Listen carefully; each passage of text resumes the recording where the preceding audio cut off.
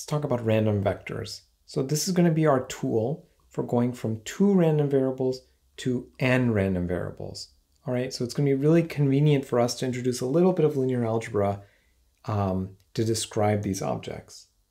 In principle, going from a pair of random variables like we've been dealing with for quite a while, and we called those x and y, so we had a pair x and y, and taking that to n random variables, which we'll call x1, x2 up to xn, because we don't know how many we're going to have, and we may run out of the 26 letters that we might get from the English alphabet. So that, in principle, it's easy. Okay, so we could define the joint cumulative distribution function, the joint CDF, and remember that that is just a function denoted by capital F. You plug in some values x1 up to xn, and you evaluate the probability that the random variables are less than those values simultaneously. Usually we deal with different objects. So for discrete random variables, we deal with the joint probability mass function, the joint PMF. And remember that that is just a function denoted by capital P. In this case, you plug in x1 up to xn, and you evaluate the probability that each random variable is equal to those values that you plugged in simultaneously. And finally, for continuous random variables, instead of working with the joint CDF, we usually work with its nth order derivative. So we usually take the derivative with respect to every variable, and we get a joint PDF or probability density function. And that satisfies the following property, that the joint CDF is equal to the integral of the joint PDF if you integrate up to the values you're interested in, right? So I have this joint PDF here, which is this little f, and I can integrate it with respect to these integration variables u1 up to un. I integrate them from -infinity up to the values I care about, and I should get the joint CDF. So in principle, we can define all of these objects. It's fine. But what it's going to be a little bit tricky, of course, is dealing with these kinds of n-dimensional integrals, and we'll see that in a bit. So, okay, usual properties are going to hold. So we're going to have the usual PMF and PDF properties. So we're going to have non-negativity, right? So we're going to know that if I go and evaluate the joint PMF at any point, I should never get anything less than 0. Same for the joint CDF. It cannot go below 0. I have normalization, which means that if I sum up over all the variables that I have, x1 up to xn, if I sum up all their values for the joint PMF, I should get 1. Same thing for the joint PDF. If I integrate out all the variables that I have, x1 up to xn, then I should get 1. And finally, I have additivity. So if I'm interested in the probability of the variables falling into a set B, and remember that any probability question that I ask about random variables is always about membership in a set. Maybe the problem hasn't specified that set cleanly for you, and it's your job to work it out, but you can always reduce probability questions about random variables down to membership in some set. Okay, so here in the discrete case, you would just add up the values that fall into that set for the joint PMF. And for the continuous case, what you would do is you would just integrate over the set B, right? So you'd have some integration region, maybe it's very complicated, but you would just obtain the probability through an integral. Okay, we can define the expected value in the same way as before. So I can say that the expected value, let's say generally of a function g of x1 up to xn, that's just going to be the same thing that we've seen before. We're going to take the values of that function and weight them by their respective probabilities. Okay, so the expectation of g is going to be the sum over x1 up to the sum over xn, g of x1 up to xn, times the joint PMF evaluated x1 up to xn. Same thing for the continuous case. So for the continuous case, I integrate across all of the variables. I have g times the joint PDF dx1 up to dxn. Okay, so that was the discrete case and the continuous case. Okay, so I have these formulas. As before, I have linearity of expectation, the idea being that since the integral is a sum or an integral, then if I have any functions g1 up to gm, so you give me some functions, and you can also have some weights. So you can weight them by a1 up to am. So if you're interested in this sum of functions, you know, the expectation of a1, g1, all the way up, added up to am times gm, then you can break that apart. So you can take the expectation of each function individually, scale them by the constants, and add them up to get your value. Okay, so that's linearity of expectation applying to the general case. So this is all well and good. The main issue here is that when I'm dealing with greater than two variables, more than two variables, it can become really tricky for me to work out the n-dimensional sums and integrals that I need. In some cases, there are some nice mathematical tricks to make that work. But in general, what we can do is just get by with first and second order statistics. So this is kind of going to be our workaround, that instead of trying to go directly for the PDF or PMF, we're going to just work with the mean and the covariance. So maybe that's going to be our starting point, and it allows us to sidestep a lot of the harder calculations. Okay, so in order to describe n random variables, so let's say I have n random variables and I want to track their means and covariances, then I'm going to need to have n means because I have n variables. They might have different means. So I'm tracking n means e of x1 up to e of xn, and n squared covariances. So the covariance of every pair, so of xi to xj, remember that that's just defined by xi minus its mean times xj minus its mean. Take the expectation of the whole thing. That's the covariance. I need this for every I and j going from 1 to n. Okay, so there are n squared different pairs that I'm going to need. And one thing you can do here is you can actually throw away about half of them because it's symmetric. So exchanging xi and xj doesn't change the value, but we'll just say it's n squared. And the other thing to keep in mind is that if you take the covariance of a variable with itself, you get its variance. Okay, so by taking all pairs, when I plug in xi and xi, I get its variance.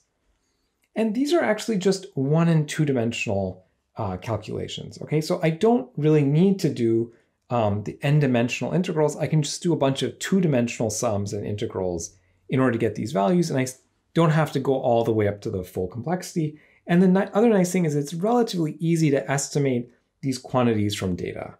Okay, whereas learning an n-dimensional distribution can be very hard in general. All right, so why is this a useful thing? So we know we can do it, but why is it useful? Well, one reason that we consider it pretty useful is that it's really easy to track what happens to the means and the covariances if we apply linear transformations. So they evolve in a certain way under linear transformations, and that's relatively easy to work out. Another reason is that jointly Gaussian random variables, as we saw, those are completely specified by their means and covariances. And what we're going to see is that if I generalize the idea of jointly Gaussian random variables from 2 variables, x and y, up to n variables, then it's also going to be described by its means and covariances, and I just need to understand how they change under linear transformations. Okay, so in order to get into these ideas in a little bit more depth, it's going to turn out that it's more convenient to introduce a little bit more notation, and we're going to introduce a little bit of linear algebra to make this work. Okay, so we really need this in order to make the representation nice and compact. So the first thing we need is a random vector. So that is denoted by capital X with an underline. Okay, so that's what I wrote here. And that is a column vector, okay, whose entries are themselves random variables. So random vector is just a vector. In this case, we'll assume it's a column vector and use transposes for row vectors. And it's a column vector for which every entry is a random variable. So the notation that we're employing here is that there's going to be x, capital X with an underline. That's a vector containing x1 up to xn. Okay? So this is our random vector. And it's also going to take values denoted by little x with an underline. And those are the values x1 up to xn. So these are the possible values that this random vector is allowed to take. It's defined by a joint PMF over this vector, plugging in these values. The way that you understand that is that this is just a compact way of writing the full joint PMF, because I've collapsed x1 up to xn into this vector. I can do the same thing for the joint PDF. I just replace x1 up to xn with x underline. Okay, that's the joint PDF. So this is nice. I have a more compact way of writing down everything with n variables. Okay, well, the next thing I'm going to do is I'm going to think about how this applies to the means and covariances. So how do I organize those into vectors and matrices? Okay, so the first thing we're going to do is understand what is the mean vector, mu x with a bar under it.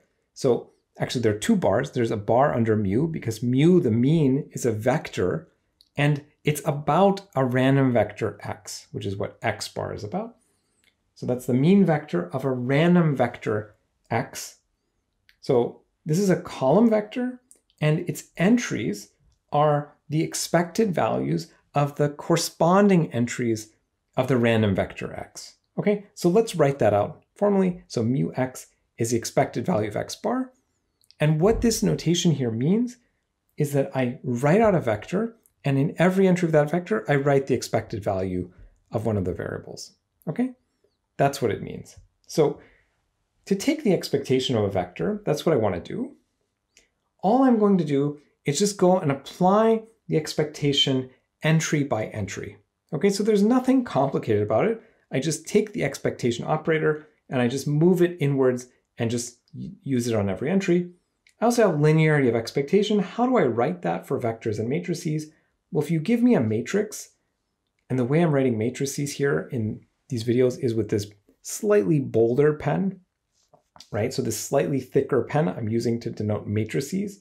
So if you give me a matrix A and a column vector B, or a vector B, then if you try to take the linear transformation AX plus B, and then take the expectation, well, you can pull the A out of the expectation and pull the B out of the expectation.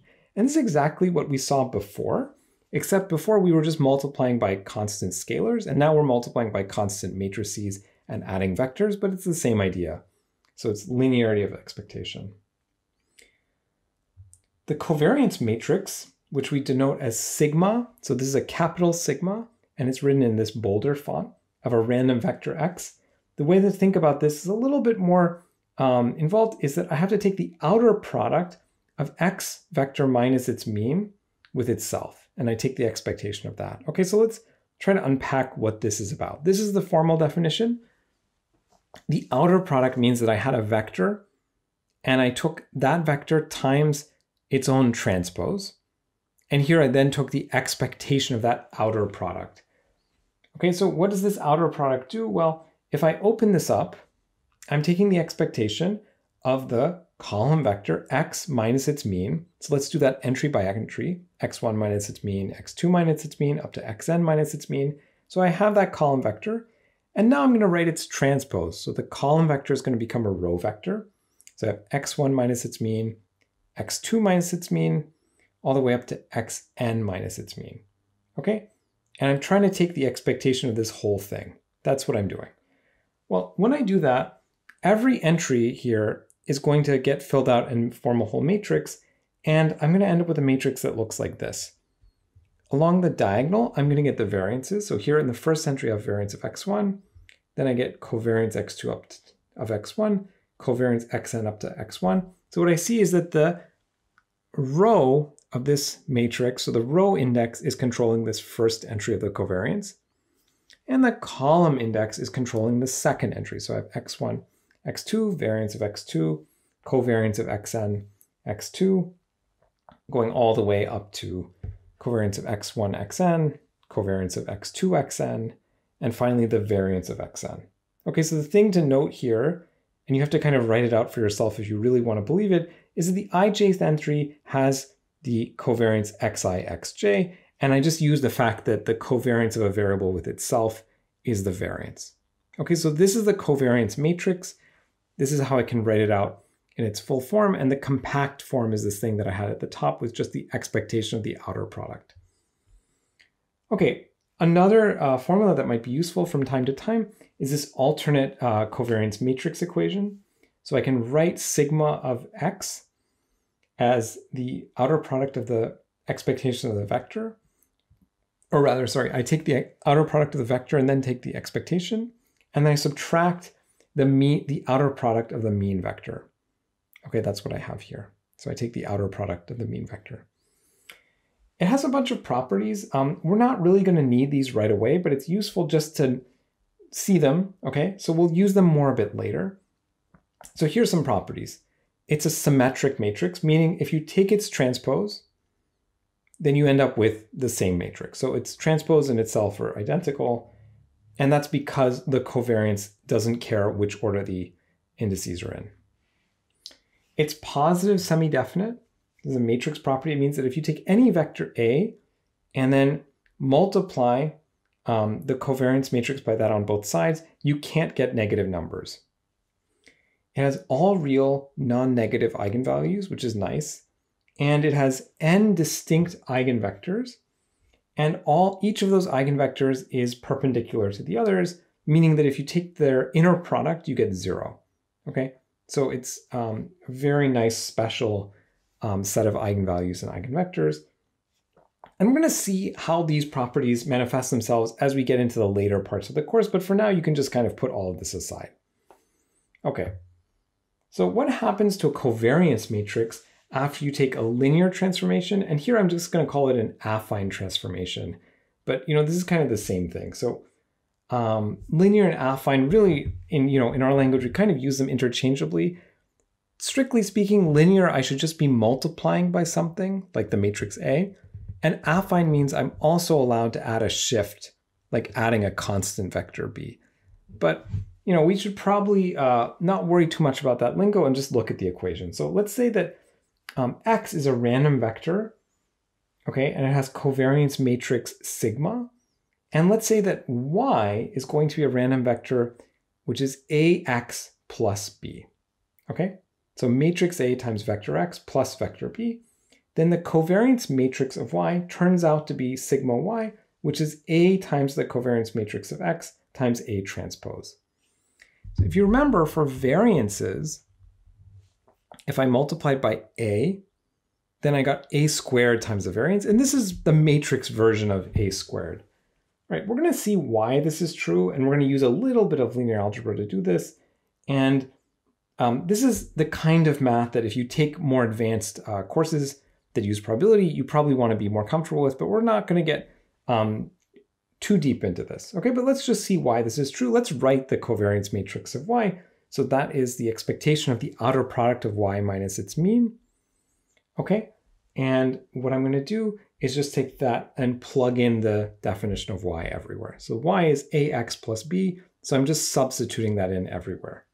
All right, so I get this longer expression. Okay, but I leave the expectation as it is. Okay, and so the next thing I'm going to do is use linearity of expectation. I'm going to pull A and B out of this inner expectation. So I'm going to get AX plus B minus AEX plus B, and then the same thing again. So I'm just going to rewrite that same thing, then transpose and close the expectation. Okay, and that was a use of linearity of expectation. So it turns out that that lets me cancel out these B's. So all of the B's got canceled out. All right, and that's nice because we know that shifts shouldn't affect the variance or the covariance. Okay, so what do I do next? So next I write this as AX minus its mean times X minus its mean times A transpose. Why was I allowed to do this? Well, this happens because if I have a matrix A times a matrix C and I take its transpose, that is the same as C transpose times A transpose. Okay, and so where was this happening? This was happening on this right side where I had A times the vector X transpose, and I'm pulling that out to get X transpose A transpose. Okay, so X minus its mean was playing the role of this matrix C. All right, and now finally I'm going to take this A matrix out of the expectation on both sides. Okay, and I'm allowed to do that because of linearity of expectation. I'm really using it twice to get it out of the left and to get it out of the right. And I'm finally left with the thing I wanted, which is A times the covariance matrix of X times A transpose. Okay, let's do an example finally. So let's say, in my example, I'm going to have a random vector, X, and let's say it's just 2 entries. Okay, so it's really just a pair of random variables, but we're going to say it has mean vector, which is 1 and minus 1, meaning that the first variable has mean 1 and the second has mean minus 1. and it's going to have a covariance matrix sigma, and this sigma is going to be 2, 1, 1, 2, meaning that each random variable has variance 2 because the diagonal entries are 2, and the covariance is just 1. Okay, so I'm not going to worry about the joint PDF or joint PMF of this random variable. I'm not even going to try to think about what it is. I'm just going to try to understand what happens to this mean and covariance under a linear transformation. So here's a linear transformation, really an affine transformation, but y is equal to this 2 by 2 matrix times x. So the 2 by 2 matrix is -1, 1, 3, 2. And I also shift it by this vector 4, -3. So I want to figure out what is the mean vector of y and what is the covariance matrix of y. I'm just going to recall the two properties that I used before. So I had linearity of expectation. So linear of expectation tells me that if I have the expectation of a matrix A times a random vector x plus a vector b, then I can pull out A and B from the expectation. That's what it means. So in this case, when I'm trying to calculate the mean vector, I'm just going to write it in terms of the matrix that I have, -1, 1, 3, 2, times the mean vector of x, which is 1 and -1, plus the shift 4 and -3. And now it's just a matter of working out the matrix algebra. So this is just going to be a little tedious, right? But we're going to just do it so that we see it in one place. So this is going to be, it's going to be -1 times 1 plus 1 times -1, and then 3 times 1 plus 2 times -1. Okay, and that's plus 4 minus 3. So we work that out. The first vector now that we have is -2 and 1, and then I still have 4 and -3. So the whole thing just works out to be 2 and -2. So that's the new mean vector of y. Okay, and we also recall this property for the covariance of an affine transformation. And again, it would be fine if you called this a linear transformation. Either way is fine. And so sigma of y is just going to be A times sigma of x times A transpose. Okay, and this is kind of the matrix idea of a square of A. And so I have sigma of y, which is equal to this A matrix, which is -1, 1, 3, 2, times the covariance matrix of x, which is 2, 1, 1, 2, times the transpose of A, which is -1, 3, 1, 2. I just exchanged 1 and 3. And so I just have to work out this matrix product. And remember, maybe the thing I'll just mention before we get into this is that each entry, I pick up the index of the entry I want. The row index tells me which row I take from the first matrix, and the column index tells me which column I take from the second matrix. So let's work out the product of the first two matrices first. So I get -1 times 2 plus 1 times 1, 3 times 2 plus 2 times 1, -1 times 1 plus 1 times 2, and 3 times 1 plus 2 times 2. Okay, and I'm still left with this matrix on the right, which is -1, 3, 1, and 2. Okay, so I simplify this. So it simplifies to be -1, 1, 8, and 7. So there's that matrix. And I still have -1, 3, 1, and 2. And I go through the same thing again. So I'm going to get -1 times -1 plus 1 times 1. Then I'm going to get 8 times -1 plus 7 times 1. Then -1 times 3 plus 1 times 2. And then 8 times 3 plus 7 times 2. And then this whole thing is finally going to work out to be 1 for the variance of the first entry, -1, -1, and 38. So the one thing I can kind of double check here to make sure what I got is valid is that I expect the covariance terms on the off diagonal to be the same, and they are. So I have -1 and -1. Okay, and the variances should be positive, and that's true. I have 1 and 38. Okay, so now let's introduce this idea of Gaussian vectors. So a standard Gaussian random vector, that's just going to be a random vector, and it's going to have entries which are independent Gaussian random variables that have mean 0 and variance 1. So they're standard Gaussians. Okay, so let's say z with a little line under it. So z vector is z1 up to zm, where z1 up to zm are independent, and each zi is Gaussian 0, 1 for I going from 1 to m. So this is something that in shorthand you might see in later courses written as z is script n with mean vector 0 and covariance matrix, the identity matrix. Okay, so if you see this in a later course, that's exactly what it means. Jointly Gaussian random vector, and sometimes just called a Gaussian random vector, that is a random vector that can be written in the same way we've been thinking about it before. It can be written as a linear or affine transformation of a standard Gaussian random vector. Okay, so what this means is that I have a random vector. Let's call it now x. So I have x, which is x1 up to xn. And notice that this n is not necessarily the same as the m above for z. And I can write this x vector as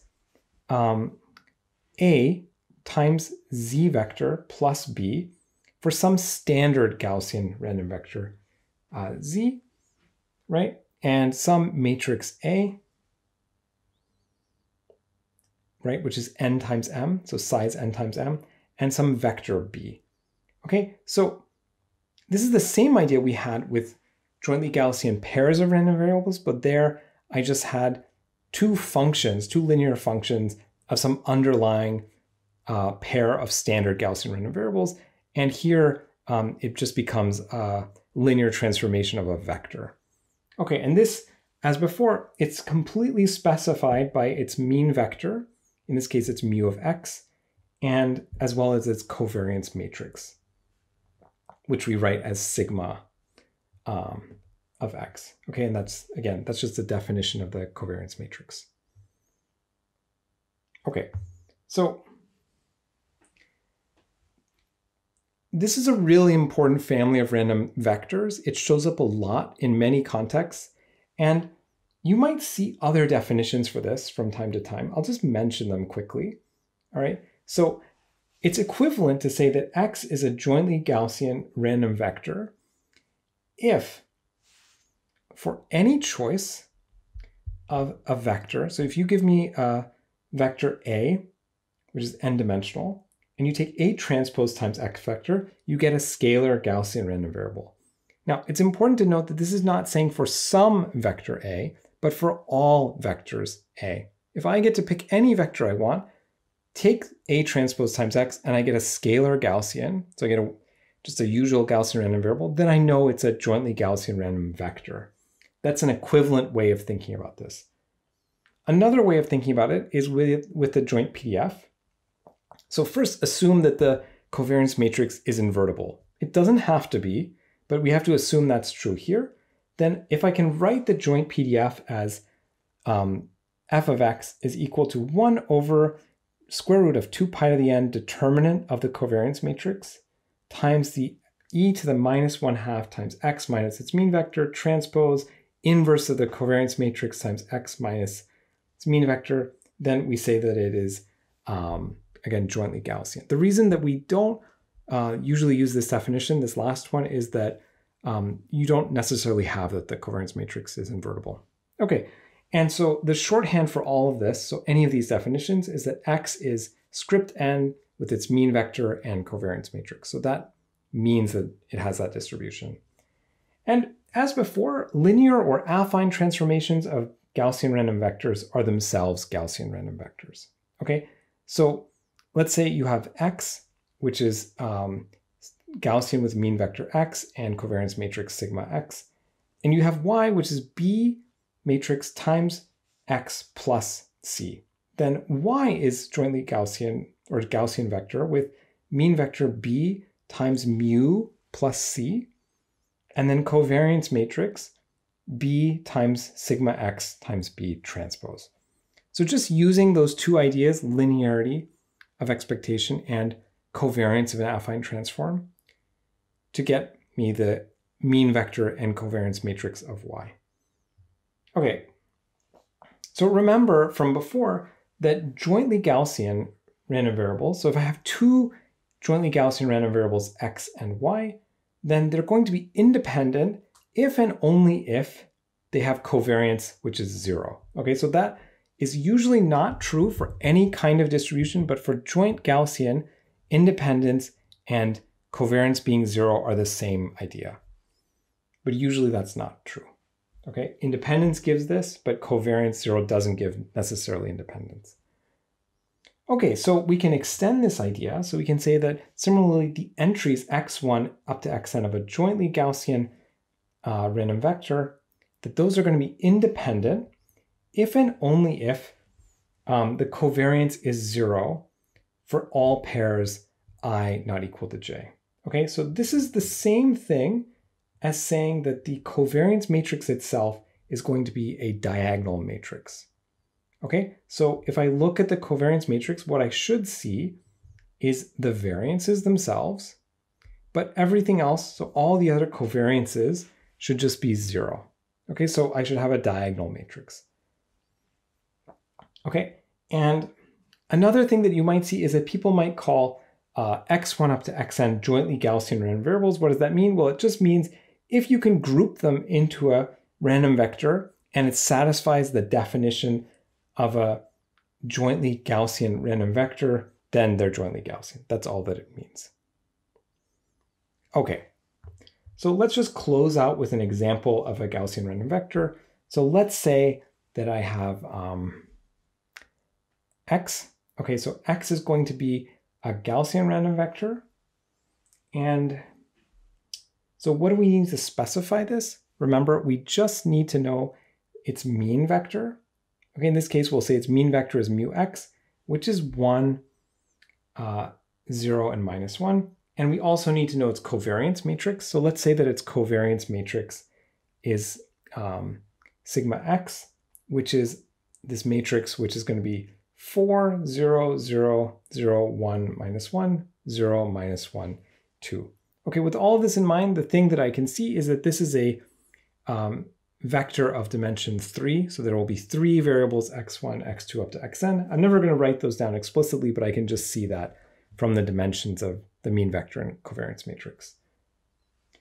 Let's have another random vector. Let's call it y. And I'm going to take a matrix. In this case, the matrix for me is going to be 1, 1, 1, 1, minus 1, minus 1. So it's 2 by 3 times x plus 2 and minus 1. So y is a affine transformation of a Gaussian random vector. So it's also itself a Gaussian random vector. So how do I determine its distribution? All I need to do is just keep track of its mean vector and covariance matrix, and that's exactly what we're going to do. So we're just going to go back and calculate the mean vector and covariance matrix of this y. Okay, and we're not going to do any further calculations. We're not going to work out any probabilities. We're just going to see what the mean vector and covariance matrix are. So remember, linearity of expectation in the vector context, it looks like this. If you want the mean vector of y, you just multiply the mean vector of x with a, okay, on the left, and then you add b. So 1, 1, 1, 1, minus 1, minus 1, and then 1, 0, minus 1, plus 2 and minus 1. And this whole thing is just going to work out to be 2, 1. Okay, so I skipped the calculations there, and you can just verify for yourself that that's true. Okay, the covariance matrix of an affine transformation. So we remember that if I take a matrix and multiply it by x, then what I'm going to get for the covariance matrix of y is there's just going to be that matrix A times the covariance matrix of x times A transpose. Okay, and so then the covariance matrix of y is going to be this matrix, which is going to be 1, 1, 1, 1, minus 1, minus 1, times the covariance matrix, which is 4, 0, 0, 0, 1, minus 1, 0, minus 1, 2. Okay, and then again, times the transpose, 1, 1, 1, 1, minus 1, minus 1. I skipped the calculation. It turns out that this is 5, 3, 3, and 5. Okay, so that's basically for you to do on your own, but this is just to demonstrate how do you do these kinds of calculations and how do you update the mean vector and covariance matrix for jointly Gaussian random vectors.